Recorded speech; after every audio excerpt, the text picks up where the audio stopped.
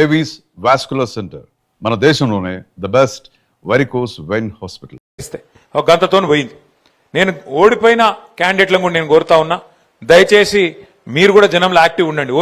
ఓడిపోయినామని చెప్పి బీరిపోకండి, ఓడిపోయినామని చెప్పి దుప్పటి కప్పుకొని ఇంట్లో వండుకోవద్దు. చలికాలం నాకు ఎరికే, కానీ అట్లా అని చెప్పి ఇంట్లో ఉండొద్దు. ఎందుకంటే ఓడిపోయినాక ఇల్లు తిరిగి థ్యాంక్స్ చెప్పి రావాలి. ఓట్లు వేసారు మీకు అందరు, గెలిచిన వాళ్ళు చెప్పాలి, ఓడిపోయిన వాళ్ళు కూడా చెప్పాలి. గెలిచిన వాళ్ళు కూడా నేను గెలిచిన కదా, నేను 5 ఏళ్ళు మళ్ళా ఎలక్షన్ కొట్లాడేది లేదు, నాకేందంటే నడవది. కంపల్సరీ ఇంటింటికి పోవాలి, దండం పెట్టాలి. ఎవరెవరైతే ఎలక్షన్ ముందు కలిసినరో, ఎవరెవరైతే ఎలక్షన్ ముందు ఓటేయమని కోరుకున్నారో, మీరు కోరినరో, అందులో కొంతమంది మీకు వేయలే, అయినా సరే మీకు తెలుసు వాళ్ళు వేయలేదని కూడా మీకు తెలుసు.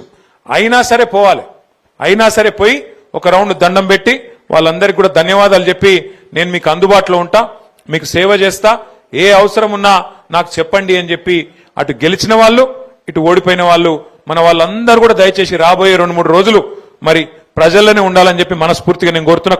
పోతారా లేదా? పోతామంటూ గట్టిగా సపోర్ట్లు కొట్టరు దయచేసి ఒక్కసారి. మరి సపోర్ట్లు కొట్టినట్టు కాదు, నిజంగా పోతారా లేదా నేను చూస్తా. Thank you. తర్వాత ఇంకొక మాట కూడా నేను మీకు విజ్ఞప్తి చేయాలి. సరే, జిల్లా పరిషత్ ఎలక్షన్లు, మండల పరిషత్ ఎలక్షన్లు అవి వచ్చేటప్పుడు వస్తాయి, వాటిని కొట్లాడదాం. ఈ లోపల పెద్దలు కేసీఆర్ గారు కూడా మనకు ఒక బాధ్యత పెడతా ఉన్నారు. సార్ ఏం చెప్పిందంటే, ఒకవేళ ప్రభుత్వం కనుక ఎలక్షన్లు పెడితే కొట్లాడదాం, ఎలక్షన్లు లేని పక్షంలో మన పార్టీ మరి జనవరి మాసంలోనే కొత్తగా సభ్యత్వ నమోదు కార్యక్రమం, కొత్త గ్రామ కమిటీలు, కొత్త మండల కమిటీలు, అట్లాగే జిల్లా కమిటీ కూడా కొత్తదనంతో నేసుకుందాం. మంచి చాకు లాంటి పిల్లలు ఎంతో మంది ఉన్నారు, వాళ్ళందరినీ కూడా కలుపుకొని బ్రహ్మాండంగా కొత్త రక్తం అట్లాగే పాత తరం అందరినీ కలుపుకునే విధంగా మంచి బ్యాలెన్స్ తోని కొత్త కమిటీలు కూడా వేసుకుందాం జనవరి మాసంలో. దానికి కూడా దయచేసి గౌరవ సర్పంచులు అట్లాగే ఉప సర్పంచులు, వార్డు సభ్యులు మీరు కూడా పార్టీ పనిలో మీరు కూడా పూర్తి స్థాయిలో బాధ్యత తీసుకోవాలని నేను కోరుతా ఉన్నా. ఎందుకంటే పార్టీ నాయకత్వం మొత్తం మీకోసం గ్రామంలో పనిచేసింది. అట్లాంటప్పుడు మీరు కూడా రేపు పార్టీ పిలిపించినప్పుడు మరి మీదేసుకొని తప్పకుండా సభ్యత్వ నమోదు కార్యక్రమం కానీ, పార్టీ ఇచ్చే మిగతా కార్యక్రమాలు కానీ వాటిలో కూడా మీ పాత్ర పటిష్టంగా ఉండాలని చెప్పి కూడా నేను కోరుతా ఉన్నా. అట్లాగే నిన్న నేను చూసిన ముఖ్యమంత్రి గారు అసెంబ్లీలో అంటున్నా, హైదరాబాద్లో ఆయన ప్రెస్ మీట్ పెట్టి చెప్తున్నాడు. 5 నిమిషాలలో మాట మార్చిండు ముఖ్యమంత్రి. మొదలు ఏమన్నాడు, మేము 66% గెలిచినాం, ఇది రాష్ట్రంలో మేము 66% గెలిచినామని మొదలు డైలాగులు కొట్టిండు.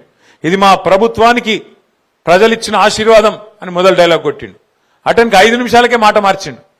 స్థానిక ఎన్నికలంటే లోకల్ విషయాల మీద జరుగుతాయి, లోకల్ అక్కడ ఉండే పరిస్థితులు బట్టి, కులం బట్టి, ఇంకోటి బట్టి జరుగుతుంది, దానికి మాకేం సంబంధం అని 5 నిమిషాల మాట మార్చిండు. కానీ నేను ముఖ్యమంత్రి గారిని ఇలా సిరిసిల్ల వేదికగా వారికి నేను ఒక సవాల్ విసురుతా ఉన్నా. అయ్యా ముఖ్యమంత్రి గారు, మీరు అన్నట్టు, మీరు అనుకుంటున్నట్టు ఏది 66% రాష్ట్రంలో ప్రజలు నీతోనే ఉన్నారు అనే మాట నిజమే అయితే నేను నీకు ఒక సవాల్ చేస్తా ఉన్నా. మా ఎమ్మెల్యేలు ఒక 10 మందిని ఎత్తుకపోయినావు కదా, 10 మందిని ఎత్తుకపోయింది కదా, ఆ 10 మందికి దమ్ముంటే రాజీనామా పెట్టి ప్రజలు చెప్తారు ఎవరు ఎక్కడున్నారు, ఎవరి శాతం ఎంత, ఎవరి బతుకెంత, ఎవరి ఎత్తెంత, ఎవరి పొడువెంత ప్రజలు తెలుస్తారు. 10 మందితో రాజీనామా పెట్టి రా ఎలక్షన్లకు. నిజంగా 10 మందిని చూస్తే కూడా నాకు నవ్వాలని ఏడవాలని తెలుస్తలేదు. నిన్న స్పీకర్ గారు, మనం వాళ్ళకు స్పీకర్ గారు ముంగట న్యాయస్థానం పోయినాం, న్యాయస్థానం పోయి ఇగో రేవంత్ రెడ్డి మా వాళ్ళని 10 మందిని ఎత్తుకపోయిండు, వీళ్ళు ఒక టికెట్ మీద గెలిచి ఇంకో టికెట్లకు పోయినరు, ఇంకో పార్టీలకు పోయినరు, కాబట్టి వీళ్ళని తీసేయాలి, వీళ్ళ సభ్యత్వం రద్దు చేయాలని చెప్పి మనం న్యాయస్థానానికి పోయినాం. న్యాయస్థానం ఏం చెప్పింది, స్పీకర్ గారు మీరు పెద్ద మనిషి, మీరు ఆటల ఎంపైర్ లెక్క మీరు కూర్చోబెట్టి మీరు నిర్ణయం తీసుకోండి అని స్పీకర్ గారికి అప్పచెప్పింది. మరి స్పీకర్ గారు ఏం చేయాలి, ఎవరెవరు ఏం మాట్లాడినరు, నిజంగానే వాళ్ళ పార్టీలో ఉన్నారా పోయినరా అన్ని లెక్క చూడాలి. కండువ కప్పుకున్నాడా లేదా కాంగ్రెస్, ఇది కాంగ్రెస్ పార్టీలో తిరుగుతుండా లేదా, వాళ్ళతో రాసుకొని పూసుకొని తిరుగుతుండా లేదా, ఏం మాట్లాడిండు, ఇవన్నీ చూసుకొని ఒక నిర్ణయం తీసుకొని ప్రకటించాలి. ఖుల్లా చెప్తున్నారా ఎమ్మెల్యేలు 10 మంది ఆ పార్టీలో చేరినాక, కాంగ్రెస్ పార్టీలో చేరినాక వాళ్ళు మాట్లాడిన మాటలు, వాళ్ళ నోట్లకెళ్ళి వచ్చిన మాటలు, మైకులో చెప్పిన మాటలు